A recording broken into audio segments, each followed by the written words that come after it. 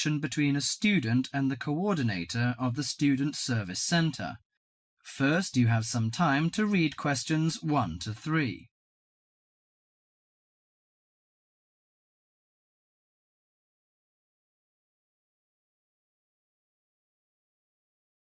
Now listen to the conversation and answer questions 1 to 3.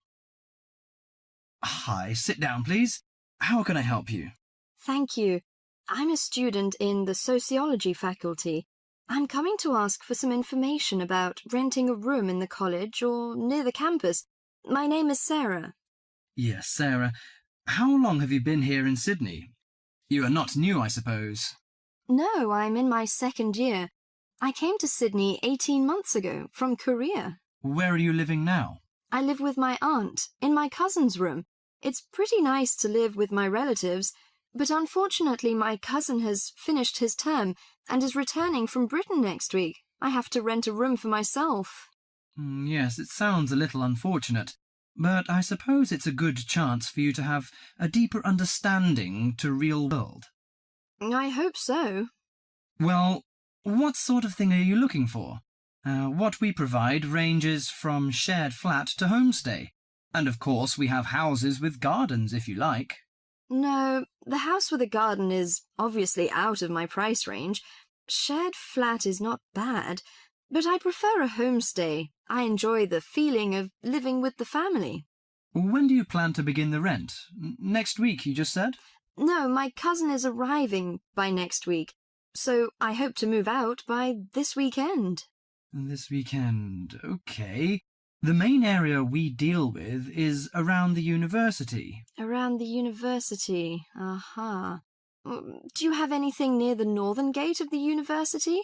You know, the sociology faculty is near the northern gate.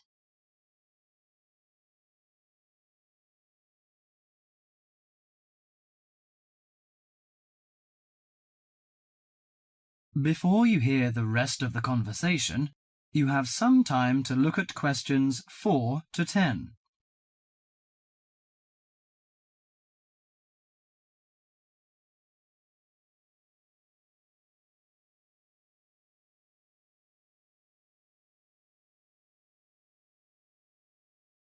Now listen to the conversation and answer questions 4 to 10.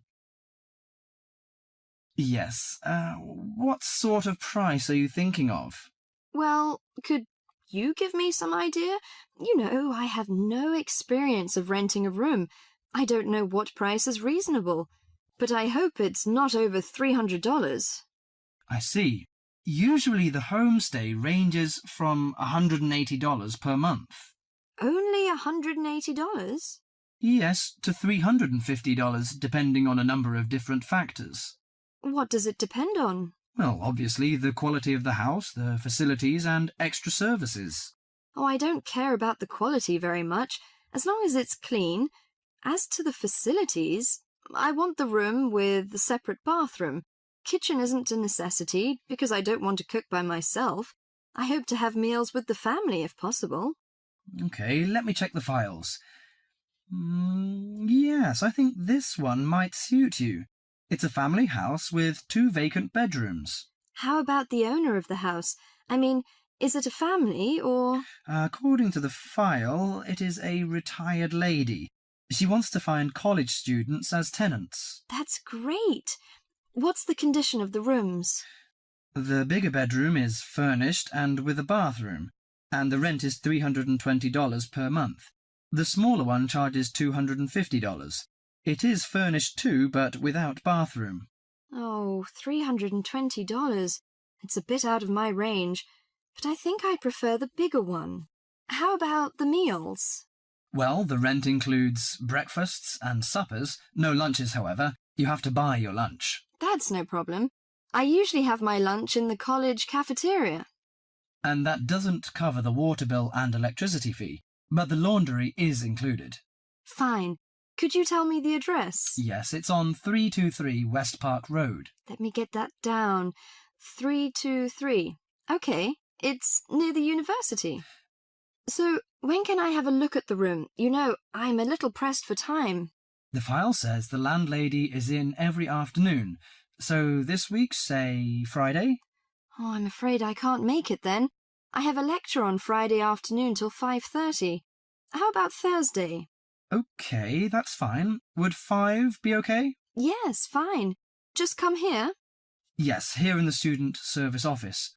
Oh, before I forget, before moving, you have to pay 1 month's rent in advance. Really? Oh, I didn't know that before. Could I ask why? As the deposit. You know, in case you damage the property or move out without giving notice. Usually this doesn't happen, but standing in the owner's shoes... Yes, I understand it all. So that's $320.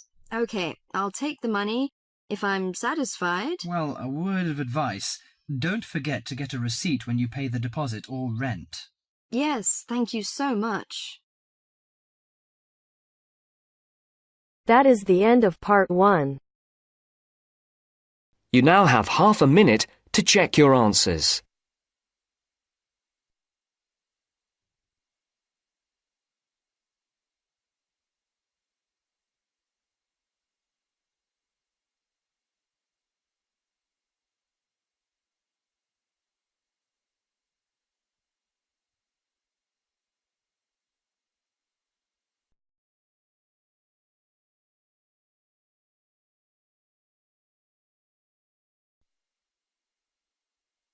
Now turns to part 2. Part 2. You're going to listen to a talk about the food we eat. First, you have some time to look at questions 11 to 15.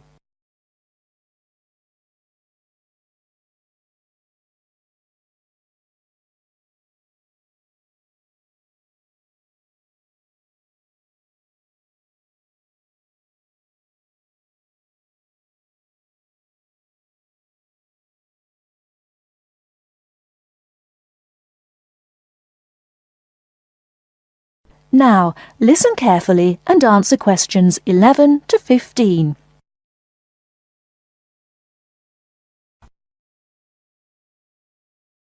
Welcome to The Food We Eat, sponsored by Safeway. Increasingly, we know more about the effects of our eating habits and lifestyles on our health. While new information can change old ideas, the news stories can often be confusing.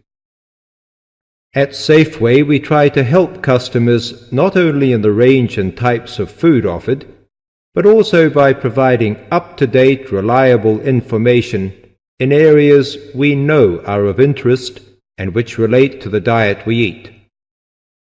Today, we are going to talk about sugar. Recently, doctors have been advising us to eat less sugar. The health recommendation to use less sugar is for 2 reasons. Firstly, for the sake of our teeth, since the amount and frequency of sugar consumption links to decay. Secondly, as sugar is a good source of calories, it can easily be a problem if we tend to be overweight. The dental risk is because bacteria which occur naturally in our mouth feed on carbohydrates, sugar and starch, to form plaque and acid. Plaque is a sticky coating that prevents the bacteria being removed by saliva. The acid attacks the tooth itself.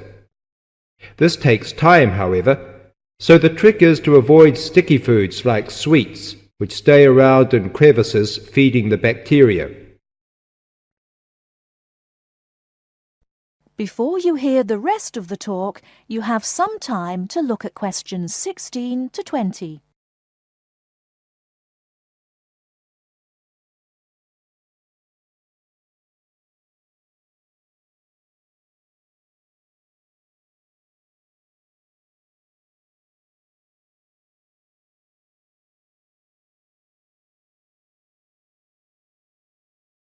Now listen and answer questions 16 to 20. Regular brushing, preferably with a fluoride toothpaste, helps remove particles and resist acid. The worst thing you can do is nibble sweet things between meals. It puts your teeth under constant attack. A sweet tooth develops gradually.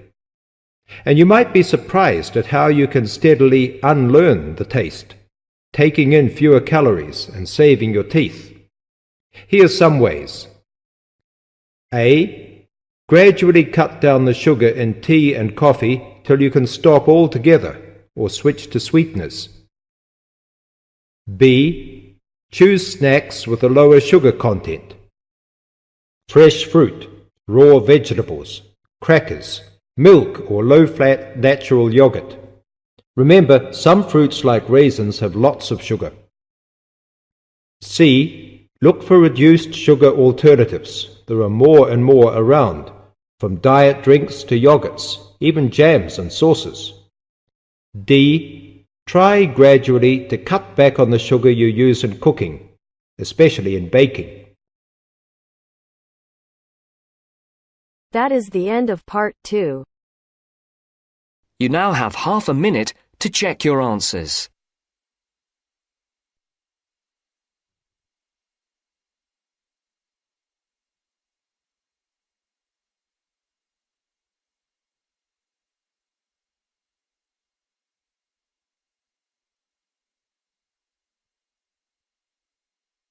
Section 3.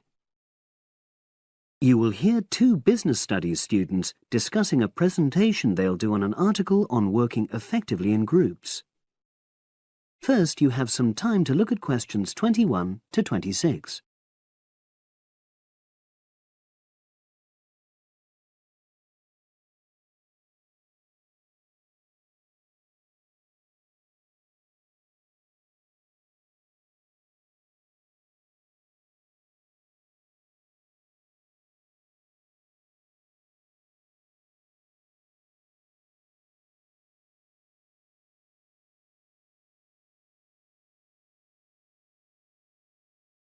Now listen and answer questions 21 to 26. So, Brad, what did you think of the article on group work? Oh, hi, Helen. Yeah, it was pretty good, with helpful pieces of advice on how to make group work effective. I think we were lucky to be given such a straightforward text to present at the management skills seminar. Yeah. Actually, shall we discuss it now? Have you got time? Sure. It's only a 10-minute presentation, so we just need to explain and then give our views on the main points raised in the article. I'll jot down some notes. Right. So, there are 3 main sections. I suggest we start with listening. Yeah, effective listening in groups, because it's not something that's frequently covered on courses in our field. No, and we should say that in the presentation. Yeah. And also effective listening's pretty simple, you know. I don't think it's hard to learn. Well, people think it's easy, but in my experience, most of us tend to be very lazy listeners. Okay, I wouldn't argue with that. Something I do think we should emphasize is the power of the listener's posture, gestures, etc., in making speakers feel respected. Not that you're just waiting for them to finish before jumping in with your own ideas. Uh-huh. Okay, right. The next section is on goal setting. Let's make sure we're clear what the article says on this. Yeah. Well, firstly, it says that all group members must be given time to explain their own goals. That's it, yeah. And then, did it say that the whole group should agree on common goals? That's a bit too strong. It's more that everyone's agendas should be equally acceptable. But it does say that goals have to be realistic, you know... Achievable within a particular time? You've got it. That's really what the article's saying. There isn't really any point in having ideals if group members know they won't come to anything within a reasonable period. So, I think a summary covering those points will be enough for that part of the presentation, don't you? Yep. Now, the last section is about conflict resolution. Actually, I thought it was the worst part of the article. Me too. I don't think it went into sufficient detail on the issue. Actually, I thought it devoted too much space to it, but that it was all rather boring, you know? It didn't mention some of the more radical theories. Absolutely. I found that really irritating. Right, and also I think it could have said more about conflict sometimes being healthy in groups. Absolutely.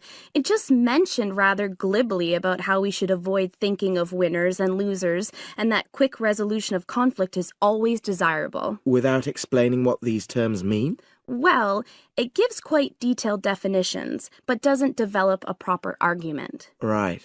So, for the presentation, I think we just give some definitions and then explain what we felt were the weaknesses in the article's treatment of conflict resolution. Yeah, good.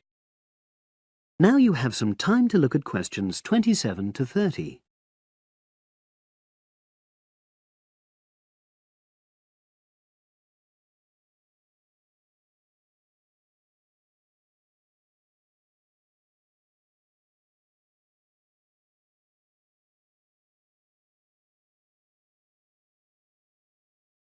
Now listen and answer questions 27 to 30.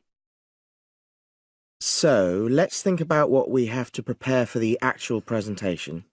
Well, I suppose we'll use PowerPoint, but I'm hopeless at using it, especially if it has any visuals.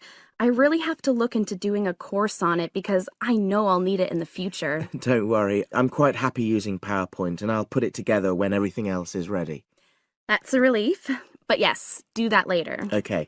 Now, I heard the tutor saying we have to include some well-chosen quotations from the article. I'm not sure if we do.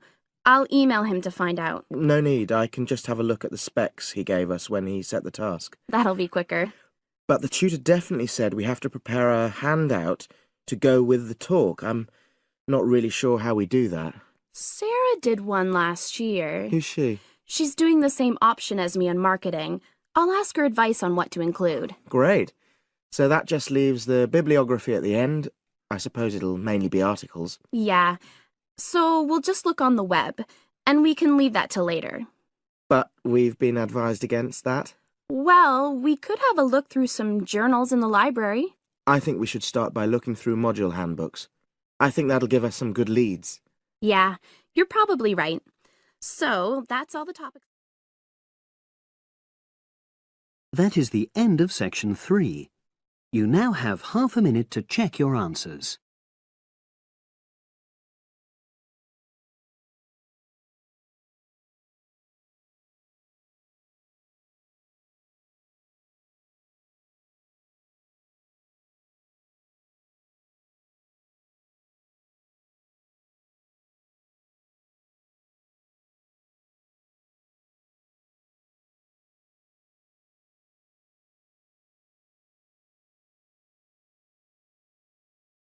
That is the end of part 3. You now have half a minute to check your answers.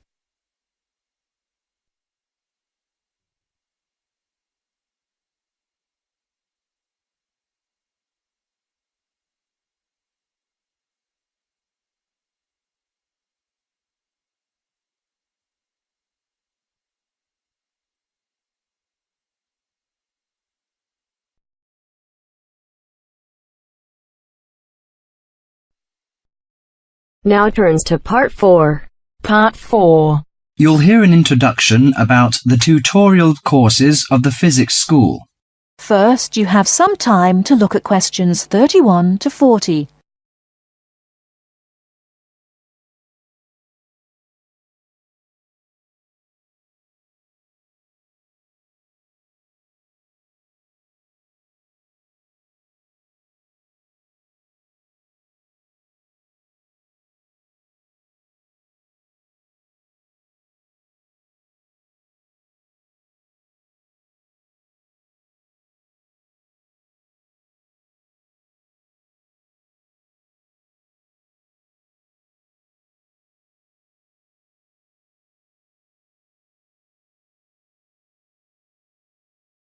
Now listen carefully and answer questions 31 to 40.